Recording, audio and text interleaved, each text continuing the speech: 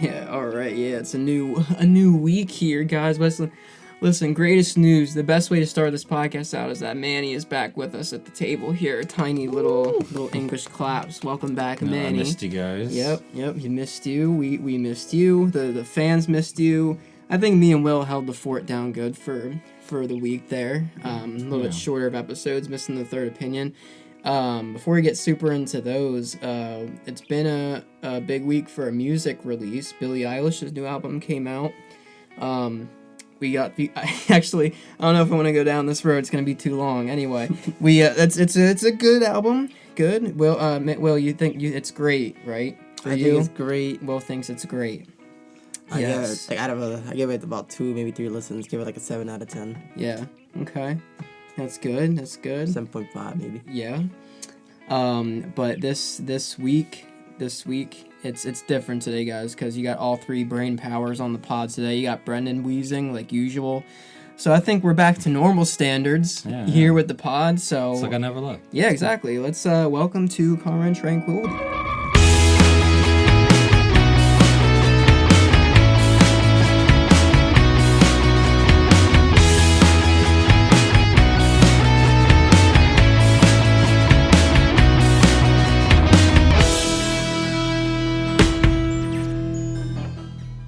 Alright, yes. So, episode 10, I think we're on, right? Or is it 11? We're 11. I think it's 11. Yeah. Episode 11. So, we've got Take It or Leave It and When the Sun Goes Down. Manny wasn't here last week, but Manny, do you want to give some quick thoughts specifically on perhaps Vampires is a bit strong, but ... Because I know you said that's one of your favorites. That's one of my favorites. Yes, here's your kind of floor to talk a little bit about what you would have said last week. Yeah, no, not a ton to say about it. Just it was one of the first songs on that album that I kept going back to and playing a lot. That's when I was really first getting into playing the drums and trying out different instruments and stuff like that.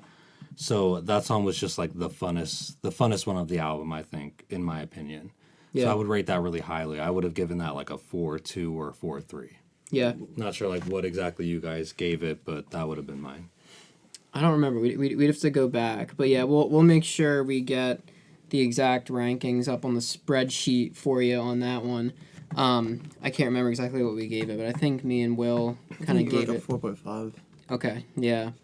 But yeah, that song was definitely fun. It was fun, especially the ending piece with the drum solo and stuff like that. It's always cool when they can give any sort of solo in there. It's because a guitar solo is a guitar solo, but there's other things with a guitar solo. Whereas with a drum thing, you're kind of all you can picture is them up on their rise and the spotlight on them, and they're just going ham, which is what I feel like when I listen to that. That kind of in the studio, that was the big thing with that.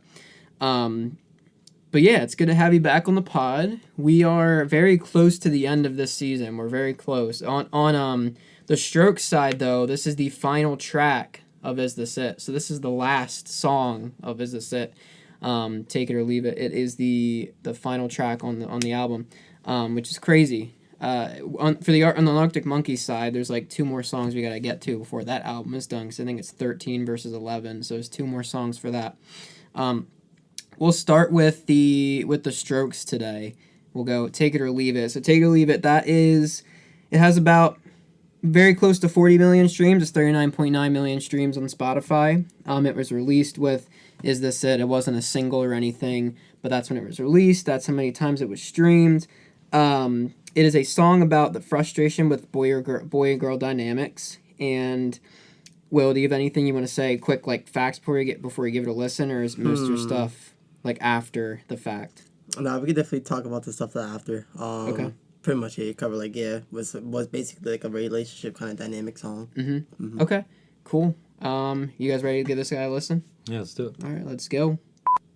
All right, everybody, that was Take It or Leave It by The Strokes. I'm gonna be honest, I've listened to that song many times, but I feel like the experience is different when you listen to it on a good speaker. This is another one for me. There's 4 songs on this album that sound like it's more produced than the others. It's less analog than the other ones, and this one is one of those for me.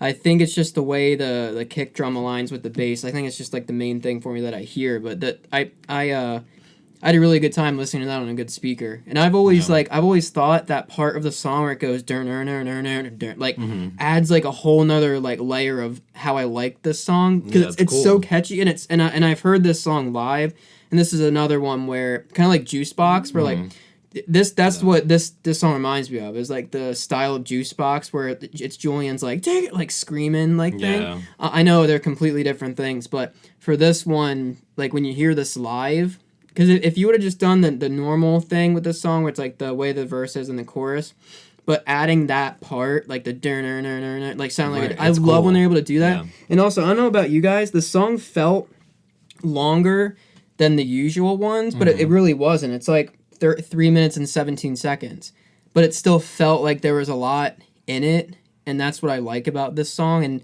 hearing it now, like when really analyzing it, like I understand why it's the closing track, because I feel like there's some songs on here that could just as well fit as the closing track. Yeah. But all I can say just off the bat, like I had a lot of fun like listening to that one on a good speaker. I have a lot of other thoughts, but what do you guys think? I think it's a good way to end the album. Like that's the song I would pick to end the album. It's a cool way to, like, for that little riff at the end to be like what you hear last thing is like a cool way to like bow out and wait for the next one. So I like it. I wanted to ask, when you heard it live, did it sound like the studio version, like the one we just listened to, or was it a little bit different? No, so in terms of how they play it, it sounds the same, but the effect that it has when you hear this one live is different. Like when you add all the layers of the instruments, because I didn't know that when what part is it? There's a part where like it's only one guitar and the bass and the drums are the vocals, and it's not both Albert and Nick, and I forget what part it is, but I didn't know that one of them hung back on a piece of it, whereas when they play it live, both guitars are like present, so that it's more power throughout the whole thing, which is the only thing I think could have done better with this, is that one part. Those which part was it? I gotta think about it. When you guys are talking, I'll try to think about which part it was, but I remember thinking like, oh, I wish they just had the other one there to give it more power. But when you hear it live, other than of course Julian, I think live he's best when he gets to do the songs where he's just belting versus when he has to hit like a high note with his falsetto, or he needs to, because when you're belting like this, it doesn't matter where you are on key. Right. Just like with Juice Box, like he's all over the fucking place, like when he's doing screaming stuff. So it really doesn't matter. Because it just sounds good regardless. But that's the only thing. So when you hear it live, they don't change anything of how they play it. It's just a whole different experience on the level of how powerful it is. I keep saying Juice Box, but it's Juice Box and this song. They're the ones that I think of when you think of the ones that are like the heavier songs. Did they play Juice Box as well when you saw them? Okay. Yeah, they closed with this and Juice Box, because I told you guys when I saw them twice. When I first saw them with the Red Hot Chili Peppers, they opened with Evening Sun. What? Why? Yeah, they open with Evening Sun. They do that sometimes. Like one time they opened with Under Control, which also makes no sense. I love that song. I love it too, but like it's not one that you just grab the audience with. You know what I mean? But also Evening Sun. I love that song too. Like right when they played that, because that was the first time I saw them live and really got into them. I was like, this song is really good, but I can't believe. And then they followed that with like Under Cover of Darkness, which makes more sense of like an opener. But anyway, they played this live and it was great. But when you can have both guitars throughout the whole thing and they're not split, I'll think of that in a second. But that was the only thing I said. Anyway, what are your thoughts, Will? I feel like you asked me that and then I kind of cut you off. No, it's okay. I was curious. So it doesn't want to keep talking about the live performances. Like when I woke up this morning, honestly, I was in a really terrible mood, and I was like, oh, like I was hyped to do the podcast today. I was just like in a really bad mood, and then so I immediately just like put music on. Like usually I see like classical music, so it was like kind of peaceful. But I still had like a headache, and I was just like, like what the hell? Yeah. And then I listened to, because I knew we were gonna do this song today, so I listened to the I guess it was I think it's Letterman, like when he was really young, when they did that live performance there, and I was like, oh shit, and I put it like on my headphones, and it instantly like put like just like a bunch of like, I don't know if you call it serotonin or dopamine or whatever. I was instantly just like in a great mood. I was like, oh my god. And you could hear like when you listen to that performance, you can hear how like angry he is. Like he's literally, when he watched the performance, I was cracking up because he's like shaking, like his face. Yeah, is I remember. He loves to sing songs where he gets to just like scream. Yeah. Like I'm trying to think of other like Eternal Summer. I think they've only played that like once, but he was like, like I know that's way deep in the future, but like that one, and anytime he gets to do his screaming stuff. He just, I feel like he has more fun doing that type of thing. So He likes to get unhinged, basically. yeah. He's like, I don't have to be on key for this song, He's so not it's in the fine. studio. I There's got thousands it. of people in front of him. Like he's Exactly. Just, Yeah. It's hilarious because if you watch the whole video, at the end he like slaps the mic when he stops singing. Yeah, and when he dude. goes to a solo, he like slaps the shit out of the mic and he goes flying. Yeah. And he walks away. And he's like, "What the hell?" But you can see like how, I don't know if he was like, it was definitely like performance wise and it was really good. But like it was just like angry. And I feel like so far out of the songs we listened to, this is like one of his most like emo songs. In terms of what? Just in terms of like how like rock it is. I know it's like more like okay. garage rock style, but like I kind of like this performance. Like if I was gonna say like, oh, Julian were to make an emo song, I would put like this song in that category. This one's probably the heaviest one on the album, right? Not like metal, but definitely just like No, how none of them are angry it metal, is. but like, you think this is the heaviest one on the album? One of the It's And if it one of them, wasn't, yeah. which one would it be? I don't know. I would put it in that category. There's maybe like I no, think a lot of it's like dancey, like the earlier stuff. Is like yeah. more dancier than it is like metal. I think the modern age has some like the solos pretty but not heavy, but I think this one is the This is clear. the closest one that branches over to like that other like a emo type of genre. I could see Yeah. that. I could see that argument. This shows their ability to be a heavier band that they kind of become when they're in the Impressions of Earth era, which I think that's their heaviest album. It for sure is their heaviest album. Heavy doesn't always have to mean metal. It just means that it's a heavier like sound with your guitars and approach, or like the riffs that you have. I think that's really what it is. Because when you think of Room on Fire, I don't want to go there because I'm excited to give that a re-listen, but I'm sure there's ones on there that I'm not thinking of that you can be like, oh, well, that's definitely the heaviest one. But I think there's more heavier stuff. It's less analog in Room on Fire than it is on Is This It in some pieces. But anyway, sorry, what were you saying? No, you're good. So that I just wanted to like highlight that performance. That was like the first thing I listened to, besides like the studio version. So this definitely you can feel that powerful, and that's how I get what you're saying when it's live. And also the Arctic Monkeys covers this song, which you can find. Yeah. This is live at the I don't know if I'm saying it right. Terra Tata, 2007 performance. I hope So that's what? what it is. Live at- I hope that's what it's called. Terra Titty. That's what I found on YouTube. So if you want to look it up, that's the only like what do you call it? Terratata? Yeah. You Terra hear it here, Tata. guys. The Terra Titty. Terra Tata. I don't know where it was at, but there's that performance with that area, 2007. I don't think I've seen that. And you can hear Alex. He was doing the guitar, like Albert's guitar part, and then he's also singing a song. So it was like a little less angry because like he has to like play and sing at the same time. But it was pretty Isn't good. it? It's interesting that they don't really do covers of Stroke songs, The Monkeys do.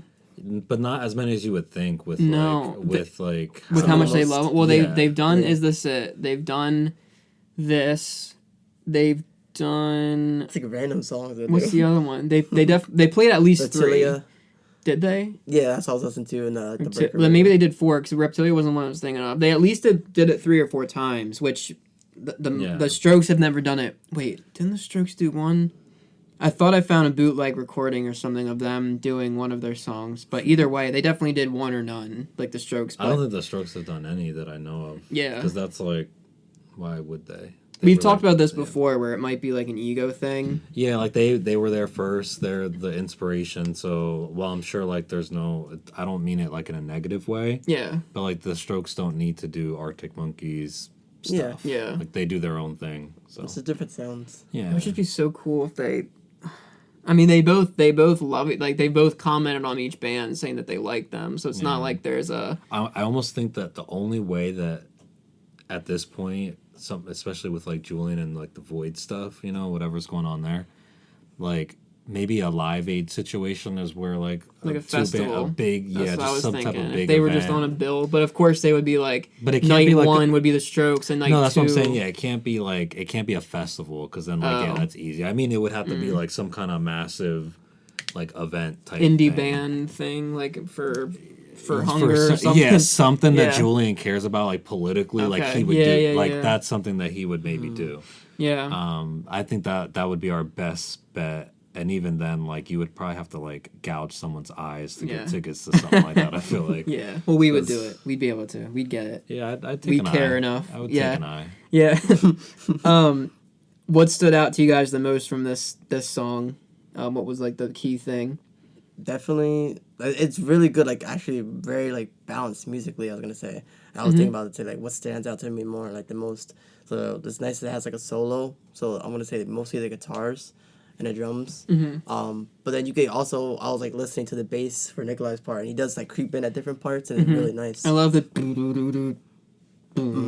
I love like just it fits. Simple is best sometimes. Like sometimes that works. I feel like it's just really good musically balanced. Everything's just like really powerful. Even time like every live performance you'll see is that they're banging on the drums. Albert's like jumping off the stage doing the solos. It's just a great song, but mostly the guitars. Okay. Yeah, I was gonna say the guitars as well. If I was gonna pick the guitars, it was gonna be the drums. I remember when it first started, I loved the sound of the like I love the way that what he was doing with it. It was just it was one of those songs when you listen to it, the kick drum just feels good, like in your body when you hear it. It's just satisfying when you play it. And this is another one, kind of like I showed you guys the clip of Taken for a Fool when they played that live on like Conan or something. Fab was like off his rocker on that song. Like, he was going fucking ballistic, and I love it. And this is another one that when you hear it live, he's like just smacking the shit out of it. And Julian, you can tell he's like trying to like sing louder. Like so, this is another one where drums are gonna be my second. But I also love like I just forget how this one begins. It literally begins with them playing the chords of the part that comes later in the song. It's like boom, boom, boom. Yeah, that's like foreshadowing. Yeah, exactly. Cool. That's the perfect word for it. So I always forget that it starts like that. I always think it starts with like the way that I Can't Win starts, where it's just like one big like Hard Day's Night like chord, and then it goes into. I forget that it does that. Like so, I think everything they were doing like. Besides that one piece that I can't think of where like they took one of the guitars out, I think they were that, and then the part that I love with like it's everything about, and then the solo in that was we didn't even talk about the solo in that was really like it's fucking great. Yeah, it's a great like, like it's a different style from the other solos too, from the rest of this album. Yeah, it was more there was more frets being touched on that one. Like I know Modern Age has a but like that's pretty easy to play. This one was just like the stuff that I even struggle with. Like it was kind of all over the place. It just felt like from a different era. Like that was like a 80s riff or something. Yeah. Something really cool like that. Yeah, and then in the meantime in the background you got the other cool riff that they went into while they're playing the guitar like solo. It's fucking like that. So good. I'm with you on the guitars. Manny, what do you think? Yeah, I mean, you guys said all the cool stuff already, but no one talked about how cool his voice sounds too. Like, it's like the final touch because all the instruments are on point. Yeah, but I love that it sounds distorted and just it adds to like the anger, like the vibe, you know. So I think it's a nice touch. It is. Yeah, so you're going with Julian's voice. Yeah, I mean everything that you guys said though was that spot on, plus for yeah, sure. yeah. Well, I almost like and there's gonna be songs where it's not the case, but I always feel like Julian's voice is just like a gimmick like on these first two albums, you know what I mean? Because he's like I love him throughout everything, but like these first two albums are just so like iconic with how he delivers the melody and his vocals. Like I can't name one bad thing that he's done in the first two albums. Nothing's bad, but there's stronger performances than others, and these first two albums are like just it's tough to even say that he doesn't drive every song in his own way.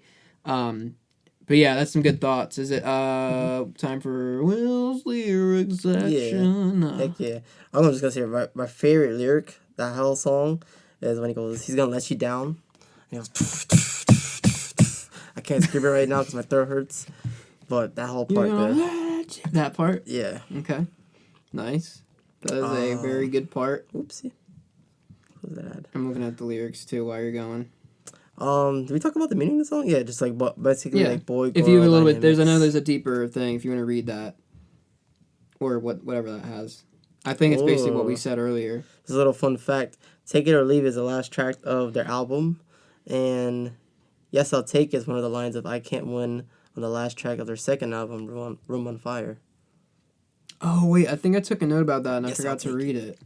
Yeah. Take It or Leave It is the last track of the Strokes' debut album. Is that Yes, I'll Take It is one of the lines of I Can't Win, last track of their second album. Okay, so it's a callback, pretty much. Yeah. Yeah, it's definitely lives up to what they said the meaning was about. So boys lie too much, girls act too tough, enough is enough. So it's just the dynamic of relationships and the opinion of the guy versus the girl and which one is right. Is it ever one way or another way? Yeah, so he repeats that twice. The first part of the song is "Leave me alone. I'm in control." like listen, And I got this. and he's not in control. Yeah, Like yeah. that's clear by like the anger in the song. But On the minds of other men, I know she was. So it's just like how to handle. And he says that later too. On the minds of other girls, I know he was. So like he flips this. So Yeah. He's definitely not picking a side. Just like talking about dynamics. Yeah. Which is great. But yeah, it's not like a very like, I would say like witty song. It's more just like rock, like awesome. yeah, it feels like almost like commentary too, probably for like the time for them anyway. Like, because like whatever they were going through is not what I was going through. I was way younger. You know what I mean? So like, Well, they were probably they were becoming a popular band, so they probably had friends that were just like, oh, hey, that they didn't talk to for a long time. Right. But they're like, oh, hey, you guys are big now. Hey, how's it going? Do you remember me? Whereas, like, before, they probably didn't give a shit. yeah. So he says, like, they're going to break your back for a chance and going to steal your friends if you can. Like, it's like, oh, cool, well, they'll do that. But now we're big, so here we go. Like, they were probably going through some stuff like that, or he was. But it's I guess it's a negative way to look at the human, like how everyone is, like girls do this, guys do this, no one's good type thing. Yeah. At least that's how I take it. Which if you're going through that type of thing, I mean, all the songs I wrote back when I was heavy on writing songs were depressing as shit. So like I get it. It's just where your headspace is at the time. If that's what has you like for inspiration, that's what's made me struggle like with it. Is because like I'm so tired of writing songs like this, but I can't like bring myself to write Jared's version of "Here Comes the Sun." Like I can't like it's just gonna feel like forced. I'm like, oh, I have to write a song about happiness. It's gonna, what the fuck am I gonna do? Like it's like back when I was like heavy in, so I was like, I don't know what to do with that. So it's cool that with all these songs, like he was able to be in and out of this type of opinion, because there's some happier songs in this, but I think the overall theme, which we'll talk about when we do the album like review, is the overall theme is kind of like, is this it? Is this it to life? Like, is this what it is? Human experience, everything like that. Right. Well, what else you got? Sorry. No, you're good. I fell off the track. No, I can't go back. I'm not like that. Just talking about like just going off the rails again. That's kind of how like the whole like theme of the album, kind of like losing control, not knowing what's going on, kind of like being disappointed at different things. Yeah. Like not unsure. There's a lot of songs like hard to explain, right? So like it's a lot of that going on in this album. So I think it's the common theme. But yeah, and he's gonna let you down. Like he just keeps repeating that, like the disappointment and stuff, and then like just take it or leave it. Yeah. The whole theme of the song is cool. Yeah. But yeah, that's some of the lyrics. Pretty basic, pretty obvious what the message is. Nothing like super crazy standing out from it. But that's take it or leave it. So let's get to fan comments here. We didn't have a lot on this one because I think it's when I posted it and like the timing that I posted it wasn't great this week. But Such Market 5619 said, love it. I'd like to add though, I think Julian needed some water. It's on the one performance I posted of them. He looked like he was pretty much out of breath the whole time. Mysterious Ninja said, wow, such handsome fellas. A lot of people looking at like what they looked like during this time. A lot of people asking what version that was the clip that I posted from, and what version it was, and I actually can't remember. And I think it's the Letterman version. It might have been, yeah. I looked at it this morning. Yeah, Mouser said, to me it's one of their weaker songs. Kind of feels like filler on the album since most of it is pretty repetitive and simple. Nice energy though, but I usually skip it. See, like that's hard, and that got -4 downvotes. That's very hard to agree with because I think there's a lot of different things to this song, in my opinion. Like it goes a different direction. Like I don't. Is it possible that like kind of just like you it's been a while since you listened to it, and so you kind of forget how good it is, and then you just kind of casually skip over it Maybe. over a time frame just because you think you know the song. Yeah, and then you randomly hear it again. You're like, oh shit! Like, all right, that's a lot cooler than I remember it being. I don't know. That could have happened to me as well, but I also thought about it like that way for a while, where it was like one that I didn't think of that much, and I was telling Will like I thought this one was more popular among the community just because but I think it's more popular among the live community.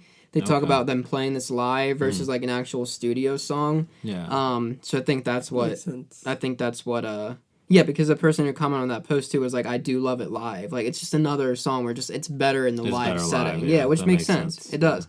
When you have a heavier song like this on the style of that's what that does make the most sense. Like when you have a song like this that could probably have been on Impressions of Earth, where they were doing like a heavier production style and not like the analog stuff, this probably would have sounded better on that in terms of how it was done.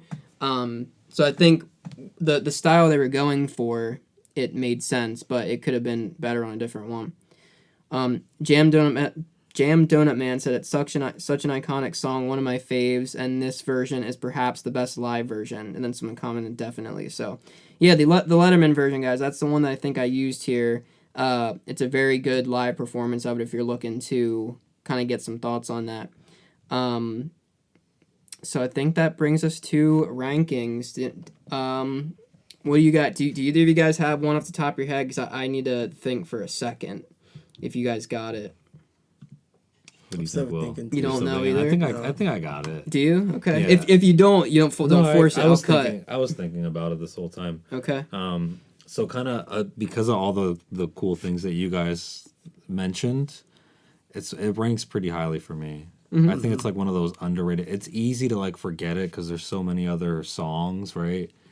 That if it's been a while, put it on some good speakers and like you'll have fun with it. So I'm gonna put it at a 4.7. Ooh, As yeah. high, yeah. Like really that's a cool way to end the album. Like like how Jared mentioned in the beginning, it's like that weird tone that they do, right? And then at the end, it's just like a random solo, and then they just like walk off that way. Like that's just cool to me. I don't know. Yeah. That's like Because that's like a walk off home run for me. Yeah. There's just something cool about that. That'd So be that's like why a it perfect ranks way to high. end it, like a performance. Like, Yeah, alright, exactly. Yeah, just a cool way. Like, and that's how they ended their first album. Like, Yeah. that's fucking cool. That's perfect. It's bold. It was different than like some of the other stuff on there. So, kind of like how Jared said, it would have been easy for them to like save it for another one. You know? And I think when they play it live, it sounds more like it does on the later albums anyway. So again, it's just a live song, and if something can Right. be really strong live, I think that's a fair thing to kind of boost your opinion. I really do. I think I'm gonna go 4.1 on this.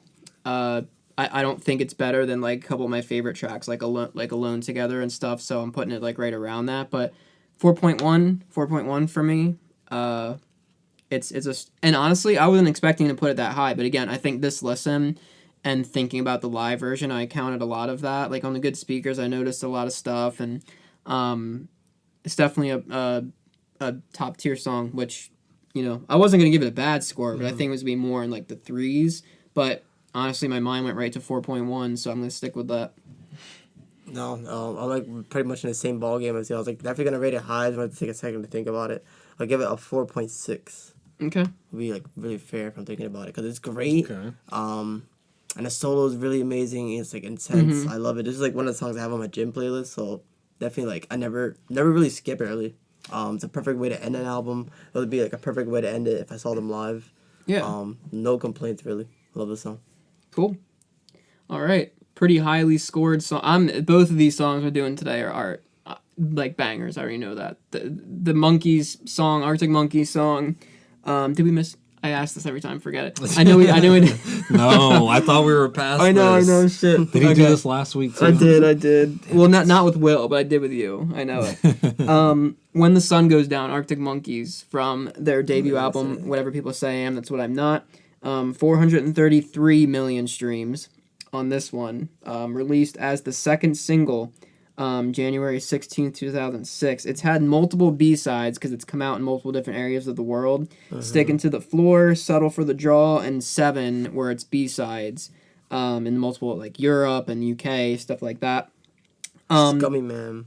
Yeah, Scummy Man. That's what it's also known as. Yep. The song is about prostitution in the Neepsend district of Sheffield, originally known as Scummy, like Will said. Early reports had also suggested its name would be simply Sun Goes Down, but the full name was confirmed on the Arctic Monkeys website as When the Sun Goes Down. So that when is a big deal. There's a little bit more detailed stuff on what the song's going to be. I have a lot of info on where this thing charted. So Okay. we will be interesting. Yeah, I have a lot of stuff on this one. So we'll get to this one, but let's give it a quick little listen here. How's that sound? Awesome. Let's do it. Let's go.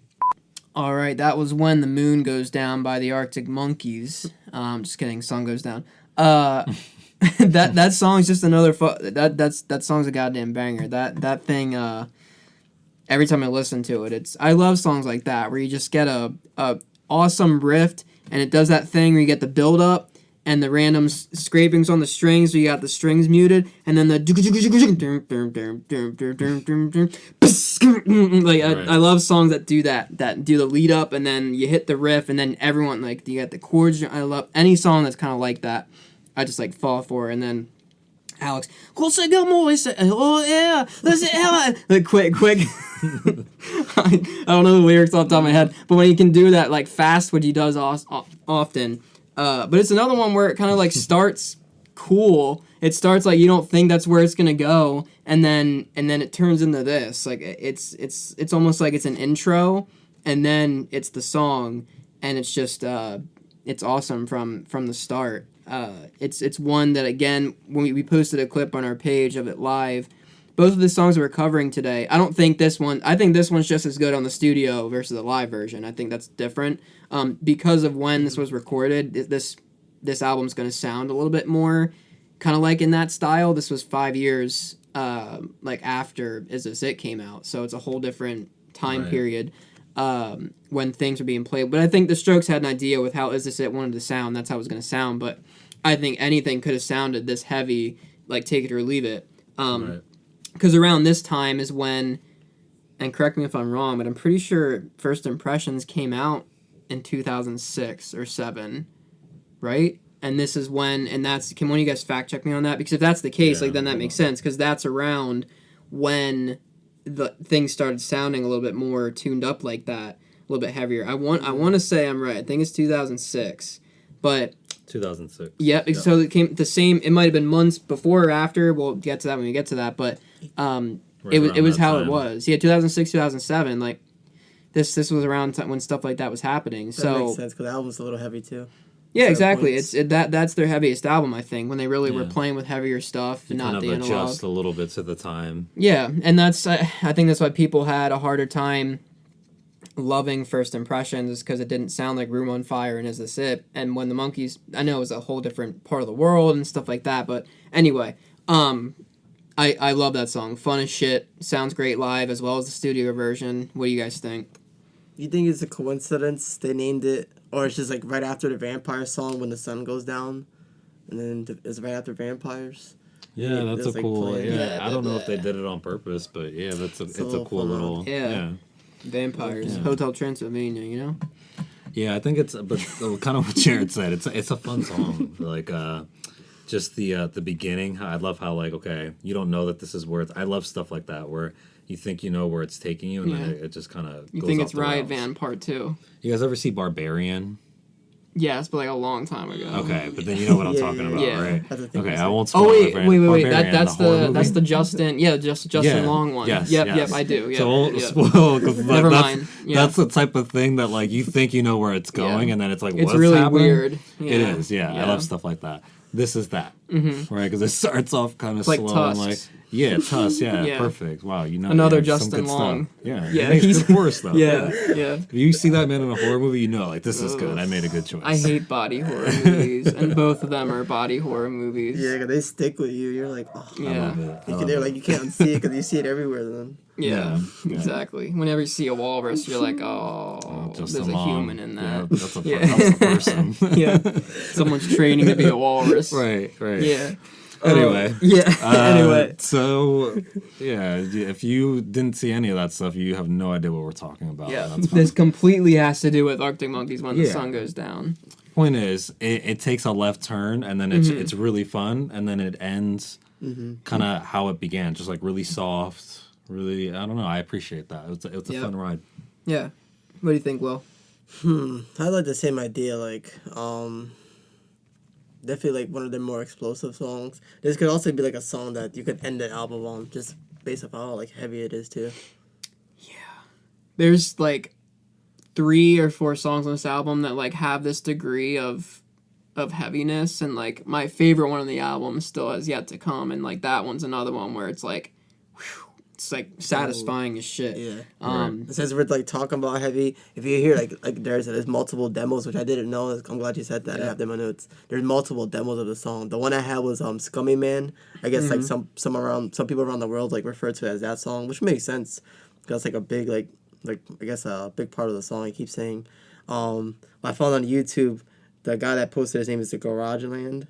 It's really heavy. You could hear like it sounds like they're in the studio maybe. Like the drums are really heavy too. And, like Alex is like singing really heavy too. The only thing is they take out the final verse where it says "over the river out of town." They just say "when the sun goes down again." So that little "over the river out of town," I like it better than like the actual song. It makes it like really fun to sing too. But the Scummy Man, like that demo song, if you want to hear like a bit heavier version of the song, you can find that on YouTube too. Yeah, like a club version of it. Almost. It's like really heavy on the drums. Like the guitar, everything is really heavy. The bass, especially. Yeah. What do you guys take away from this one the most?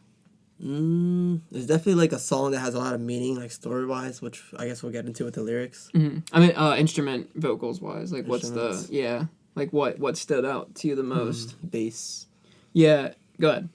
No, I want you to go into bass. I just want to say bass. You can talk. Well, about I was bass. I was gonna say no. I was either gonna say it was either bass or I think both of these songs we're doing today, like the guitar and the bass each had. It's very tough for me to decide which one was better because both of these songs today had incredible riffs, like memorable riffs. The riff for this one gave the edge for me. Yeah.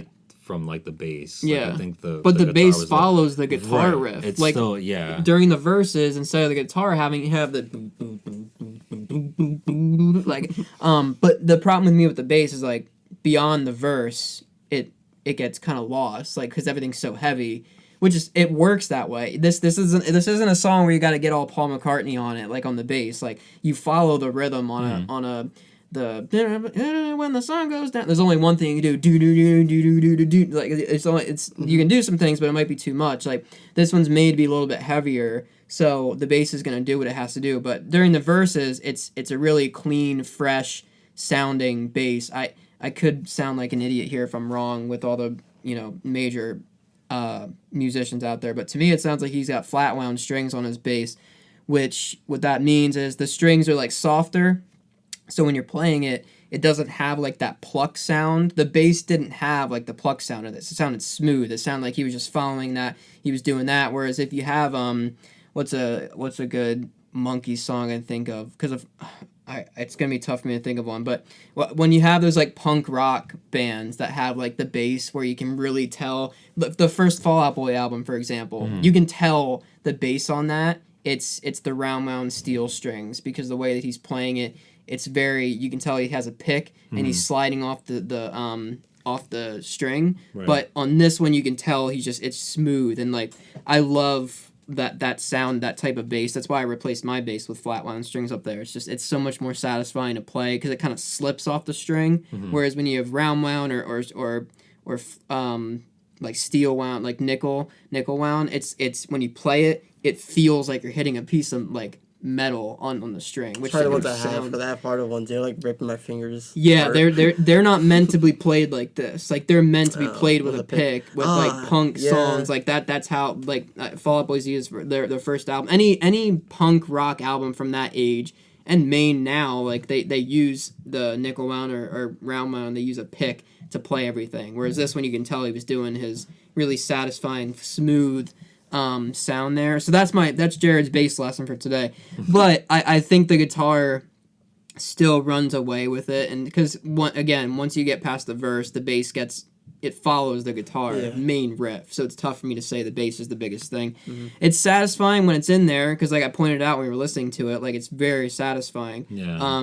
But that riff that the guitar does, and like and during the verse. The first part of the verse, the bass is going, but then the guitar goes like in that part, and then it goes right into. I feel like the bass in this song though did the most work. Am I wrong? He did a good amount of work. Yeah. Like it almost the sounded guitar shined a like lot he didn't harder, get a like- break. That Oh well, yeah, often in for there, you know sure, what I mean? because he's Like, constantly doing that riff, Right. Or he's doing the chorus, Exactly. and then even when the guitar's away on the verse, the bass Yeah. goes back to doing the main riff. I feel like it's something so, I haven't It's a really good noticed balance, with though. that song. Yeah. Of like I didn't realize how much bass was actually in that. yeah, You know which what I mean? you Like, he's don't going until the you whole- listen to it on speaker. Yeah, like you gotta this. listen Yeah. to it on really big speakers because after a while, like I was just trying to follow the bass to be like, Yeah. wow, like he's still playing. Like he didn't really get a break much Yeah. in that entire song, so that was Yeah. impressive. Yeah, that was cool. Yeah, it's I love deconstructing stuff like that, and I don't think like Matt was like super crazy like on the drums on this one either. I think it was pretty. It was heavy and it fit It was the heavy. song. It was nice. But there wasn't anything that I was like, oh, I really like that drum part. Yeah. It was I like his fills when they were doing the intro when they were building up to the Yeah. riff like. That's at like- this point, like if you listen to the album in order, like this is like his normal work. Like Yeah. this is really really good, really solid, great even. Yeah. But yeah, it's not something that like necessarily stands out apart from like the bass of the guitar for me. Well, what's crazy is that this is the 11th track on the album, and it's a single. Like, it sounds like one that could have been in the beginning. Right.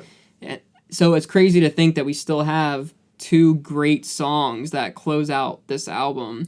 That, again, I think the next two are just... I know they are. They're just as heavy, if not heavier than this one. Like it. So, like, they're just constantly, like, hitting you with it. It's just... This debut album never, like, ceases to amaze me that someone can be new on the scene and just... First of all, do this... but do like 19 fucking EPs of songs Right. too. They pretty much wrote like 40 songs in their first era of music, which Yeah. is ridiculous. Like The Strokes had Is This It, which is a breakthrough album, but like they only had 2 or 3 single like EP like songs. They had New York City Cops, Modern Girls and Old Fashioned Men, and I think that's it for the first like cycle. That's it. I think But- it's also like the Strokes got bigger faster. Yeah, I'd agree. You know what I mean? So they didn't Worldwide, that is. Arctic Monkeys Yeah. got They massive were local in UK. Yeah, they got local, and then from there it grew out. But I think like in that time frame, they were just pumping out content. They were just Yeah. in the studio as much as possible.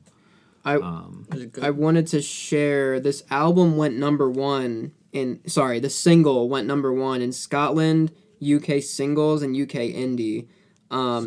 Ireland was number 11, Netherlands 14, Belgium 15, Europe 6, Australia 26. So it charted pretty well, like for a single, just like their other single, for just like Dance Floor. So throughout this album, it went 3 times platinum in the UK. Wow. That's ridiculous. To get platinum just in general is a big deal. So Yeah. for a song like that to go 3 times platinum, like you make it a big deal when someone goes double platinum. This is 3 times triple platinum. This single one, which is fucking crazy. So I love that.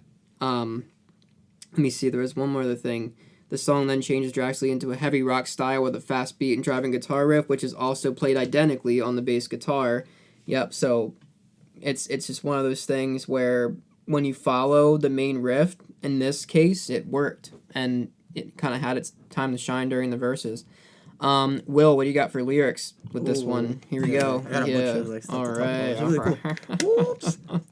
Woohoo. All right, so like right off the bat, it's sad. Alex doesn't really talk about food in this one, which I was like, I've been looking out for now. We had one last week where where he you talked about food again. Yeah.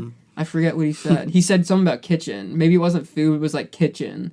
It was forget something what it about was. the kitchen or food or yeah. Yeah. So I'm No. not crazy. I found out throughout all of this. Yeah, no, there's no food mentioned in this one, but Mm-hmm. this one is We very need like a count, like a food Alex food Yeah. count. Well, at this point I think it's like 3 or 4 already. So yeah. Next CD we're gonna get like I'm gonna get a big giant whiteboard. Or yes. something. Keep track Nice. of different stuff, but yeah.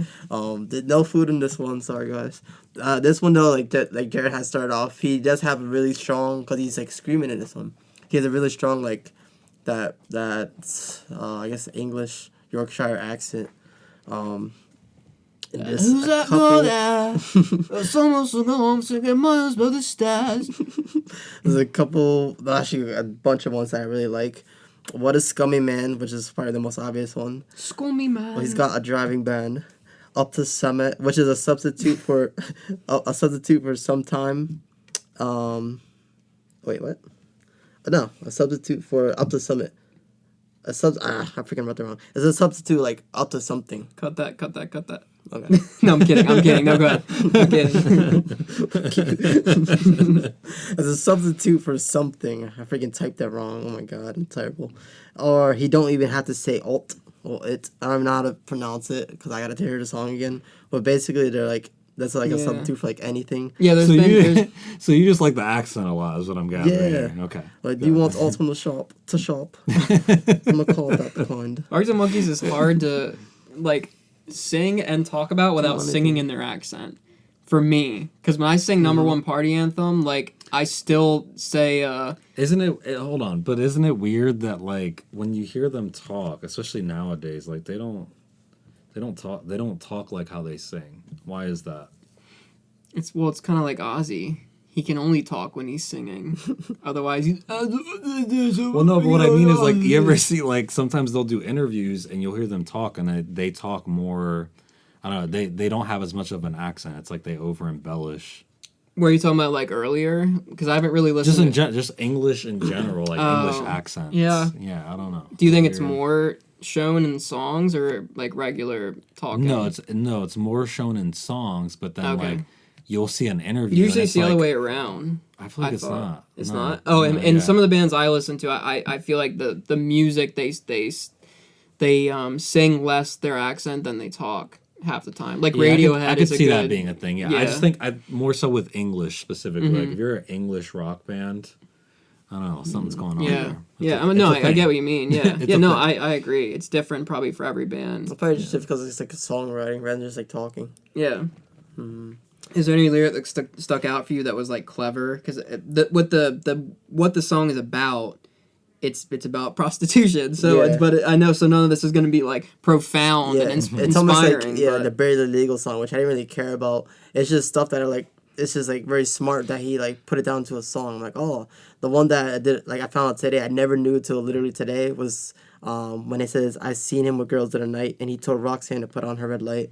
I never knew that was like a reference to that song. I didn't never like put that connection here. I was like, oh crap. Yeah. So when I did my research today and yesterday, I was like, oh. You know that song, Manny?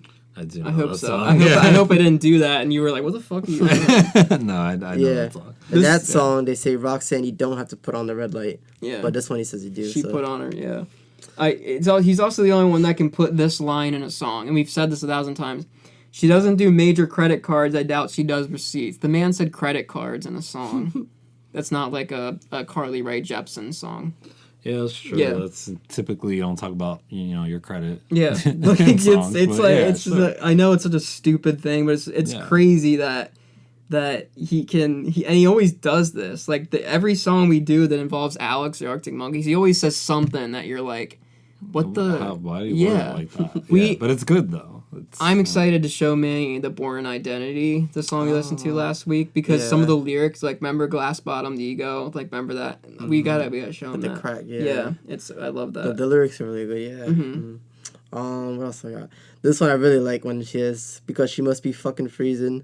Like when she's delighted. She said "fuck" in this song. Yeah, I didn't even does hear curse it. once. In this song. I didn't hear just once. She's delighted when she sees him. Like think about it, like that's kind of really sad though. Part of the song, like think about like you're working on a corner, probably like because you're a prostitute, like not wearing much, and then the only thing that brings you happiness is like a guy taking you away because you're getting away from the cold. It's like that sucks. But I guess he included it in that song just like paint the picture. Yeah.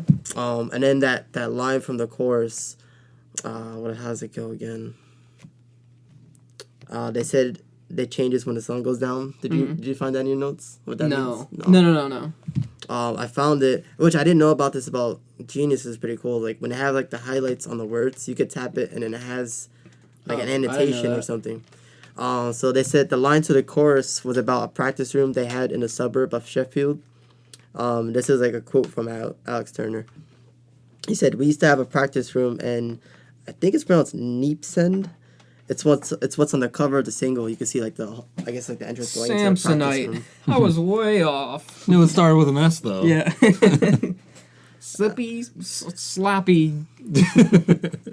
says, when we moved into this room, like we practiced around there before and that, and the engineer goes, oh, make sure you lock that door because it changes when the sun goes down.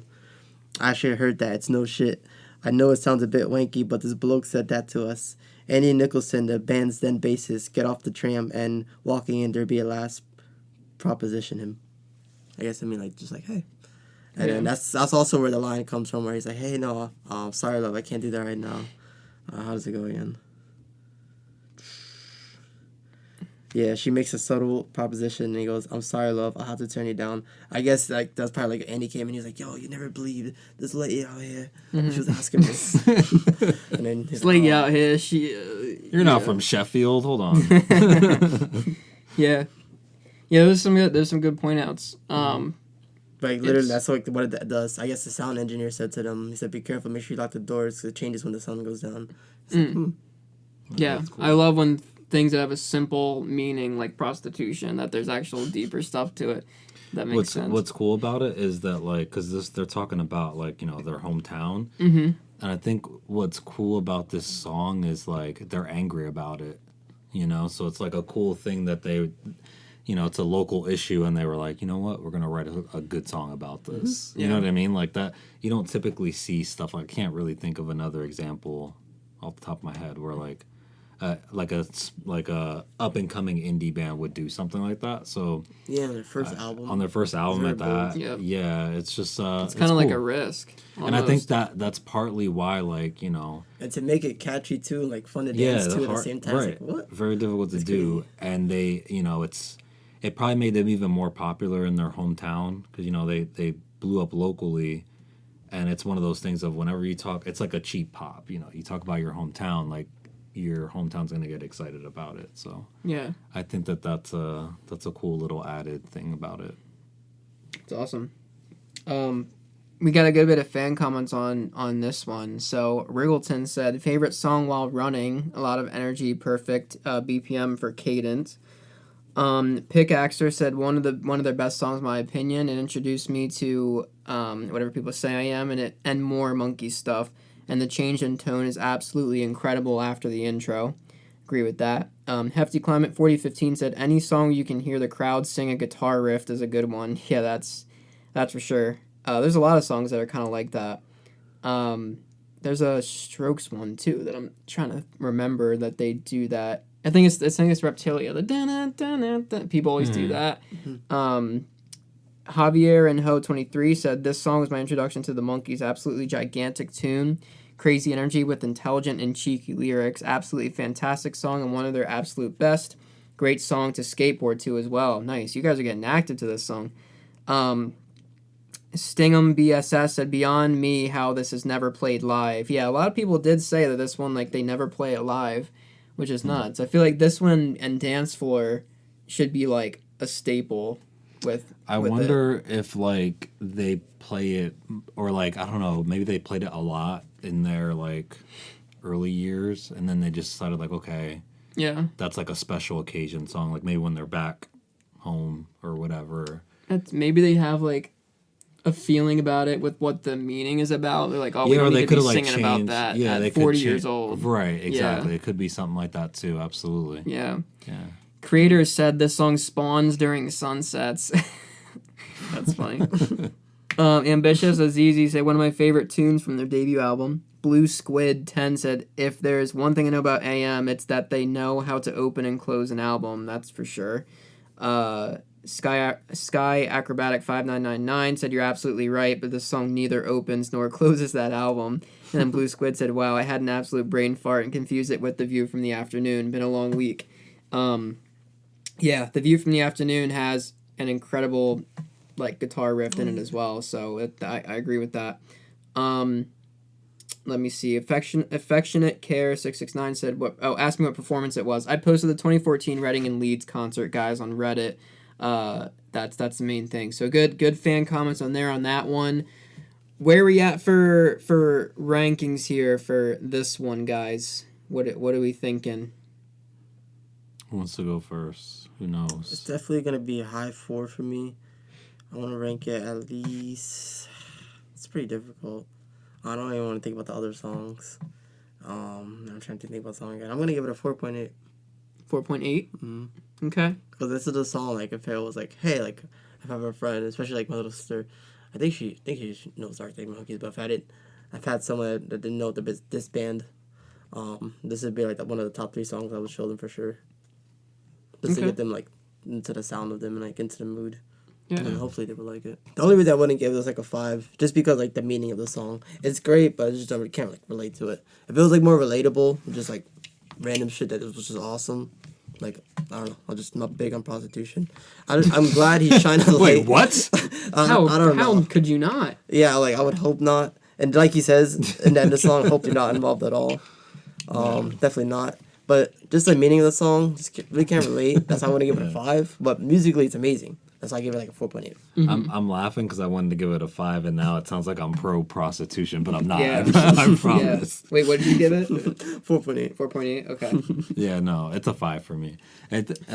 I hear what you're saying, and again, like, you know, it's not. How do I explain this? So, like, in comparison to like some other songs, maybe this is rated higher than other songs that I really like on the album, but it's because those are like a little bit more relatable, like you said, Will. Mm-hmm. But in terms of like just like the song itself, the impact that it had, it's a 5. Like, it's one of like their literal like top 10 best songs. And they have a lot of songs. So like for me to definitely be in the top 10, it has to have a 5, because I think that they have more than, you know, would you say that they have like 10 perfect songs that are like perfect to you? Mm-hmm. At least. Very close. This has to be at least 10. Yeah. This has to be one of those on there, at least for me. So it's a 5. Nice. That is your second 5 for this album. Okay. Do you remember what your first one was? Dance Floor. Mm-hmm. Yeah. Yep. I think I have yet to give a 5 for this one. Yeah. This one for me, 4.3. I fucking love this song. I have it ranked above Dance Floor, View from the Afternoon, which was hard. Now, again, granted, those 2 songs were back before he did Points, so I think it would have affected a little bit. I think it's a phenomenal song. With this one, I know what's to come. Like, there's one I got to kind of prepare for now that we know we're doing Points. I got to think about it.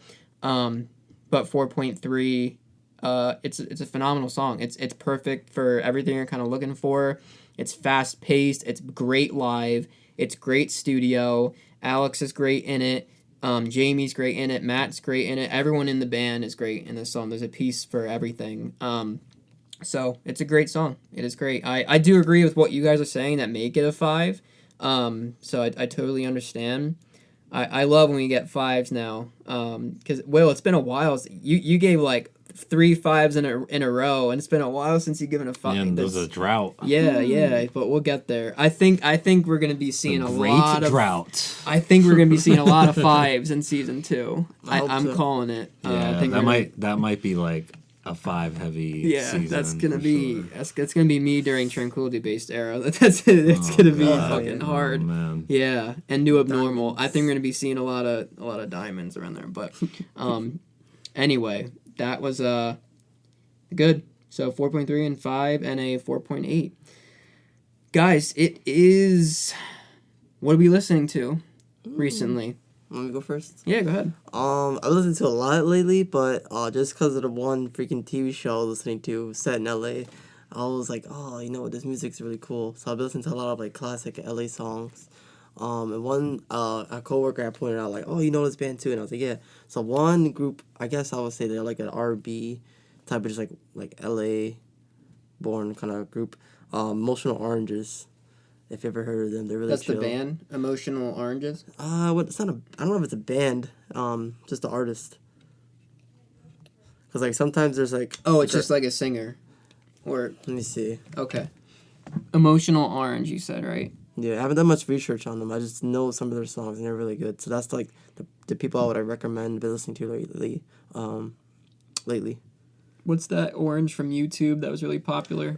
Annoying Orange. Can I tell you, my daughter was just watching something. It's a duo. Where like that popped up, and I was like, "Oh my god!" Here like, we go. It's like where Fred. have you been? Yeah. Right, like I forgot that was a thing. You couldn't go on the internet without seeing the orange. Oh, it's a female and male. Yeah, it's a duo. I haven't done much research on them myself, so I can't be like, oh, I don't know everything about them. But I know some of the songs, and I really like them. Nice. Well, that's a good, probably underground recommendation there. Cool. Manny, what do you got? Do you got anything? Yeah, I started listening. I heard this song, and I don't even know how popular it is, but I played it like 10 times because it was really catchy. It's called Hot Rod by Dayglow. Do you guys know Dayglow is that? a great band. I know Dayglow. Okay. I haven't heard that song. Yeah, this is the only song that I've heard of theirs so far, but I love it. I played it like 10 times in a row. It was that good. So I'm just gonna listen to some more Dayglow. Now that I know that you like them, there's probably something there's there. a specific song by them that I really like, and now I forget what it is. I just know it has that cover where it's like the weird clay head on it.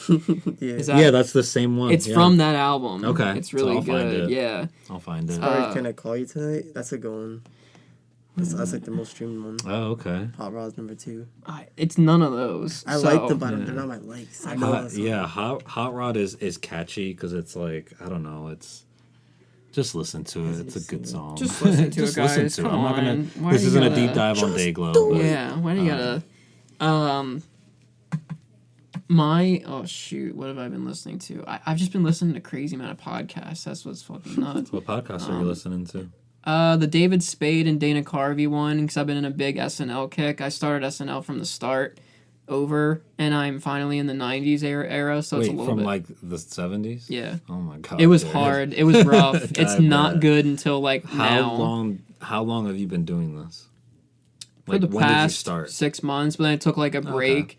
But I'm finally... When I started this Dana Carvey and David Spade podcast, that's what made me want to, like, start continuing again. Because Dana Carvey's a fucking genius, and I love him.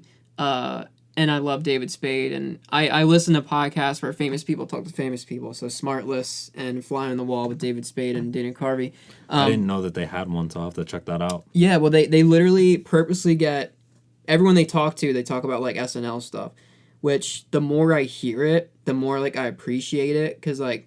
Lorne Michaels created SNL, and it was like the only thing of its time. That and like Living Color were like the big things. And like when you really think about it, that was like the biggest thing you could be a part of if you were like a famous person. Is if you got SNL, and it's still like it's not as big a deal now, but it has like that vibe to it though. Yeah, and it's you get to like just fuck around and read cue cards and some of the funniest shit. And like when you watch those. Nothing's better. I'm literally at the part where it's like Dana Carvey, David Spade, Adam Sandler just started. Will Ferrell's coming in. Chris Kattan, no one talks about him. He's one of the funniest guys I've ever seen in my life. He's so fucking fun. And Dana Carvey, too, obviously. But I just watched Wayne's World, like, over, and, like, everything about, like, this cast is, like, I think it's my favorite cast. And then coming in the future is, like, when it's, like, Amy Poehler and Bill Hader and Fred Armisen. Those guys, like, that's probably my favorite cast. This one's, like, my second. But I'm finally getting to where they get off the political shit all the time. And they're finally just doing sketches that are just funny. Because the hardest part about the beginning of SNL was, like, it was everything just had to do with, like, what was going on in the world. And not as much the stupid shit. And now they're finally getting to the stupid shit. And that's what I love. Because, like, Chris Farley's in it. And Chris Rock. Like it's the peak. Legends. So I know it doesn't count as music, but if I think of something for music that I'm listening to, I've been listening to a lot of the Buttertones. It's a band that sounds a lot like the Smiths. He has like that type of vocal. I can't, if I try to imitate it, it wouldn't make any sense, but it sounds like a lot like the Smiths, like and I love Elvis, like like kind of sounds like the indie Elvis is the best way. That's a good way of putting it. Like indie Elvis is kind of how he sounds. If I played it, you'd understand what I'm saying. It literally sounds like the Smiths. Okay. And that I've been listening to a lot of them just because I love that style. A band called Pulp. They're the same way. I put them in a playlist with the Arctic Monkeys because they all kind of have that same style. But yeah, most of my stuff has been podcasts recently, and it makes me like kind of want to be like, I'd love to like get into like improv or like comedy because I don't think I could never do like stand up. I'm not like that. But I think if you give me like a character, I think I have that, but I'd bomb at stand. I'm not that funny. But like I think if you give me like a character, or if you gave me SNL, I'd be like I love that environment so much that it's all joy. Yeah. Like it's when you listen to this podcast, like they're both David Spade and they're both funny, but when you think about it, like when one cast comes in, you're like brothers. Then they leave and a new cast comes in and you have to say goodbye to that cast you grew up with. Everyone, they were saying like how everyone has their cast that they grew up with. Like I grew up with Amy Poehler. We grew up, me and Will grew up with like Amy Poehler and Bill no, Hader and Maya like Rudolph. And your era was like the Sandler, 90s, right? Yeah, yeah, Sandler those and guys. Dana Carvey and Mike Myers and like both of those were perfect. Now it's like I don't know fucking anybody from this cast. It's kind of like I know some of them and some Kenan of their Thompson, like yeah, like Kate McKinnon is Kate like my McKinnon's favorite, great. but she's not even in Yeah. it anymore. Is But she she not? was Yeah, she was that's right, like she left. her and Maya Rudolph and Kristen Wiig. Kristen Wiig is my great. god, yeah. dude! It's so that's why I've just been obsessing over that podcast because I'm watching SNL as I'm listening to them, and they're talking about all these people that I'm just now seeing for the first time and how great they were. I'm like, dude, these guys are so fucking cool, and they're so down to earth because they're comedians. Like they get shit on all the time. They don't get rewards or awards and shit, so they're real. Like they're real when you listen to them. Anyway, Yeah. too much on that, guys. Today was Take It or Leave It, and When the Sun Goes Down, 2 banger songs there. Thank you guys for listening as always and the engagement. Please rate and review. That goes a long way. We got a bonus coming up here on Friday as usual. We love you guys and we will see you next week. We've only got 4, I think, episodes left this season and it's going to be on to season 2. Probably take a little bit of a break and then get back to you guys, but for season 2. But we love you guys. And keep it real, keep it cool, calm, and collective. We love you. Bye bye.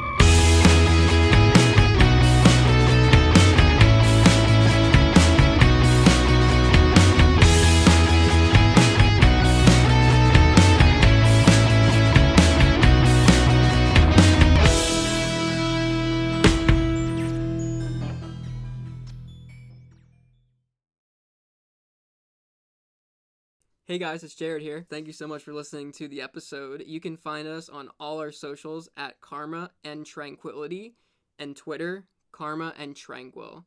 Our link trees are posted in every single description on every social, so you can access everything that we have to offer.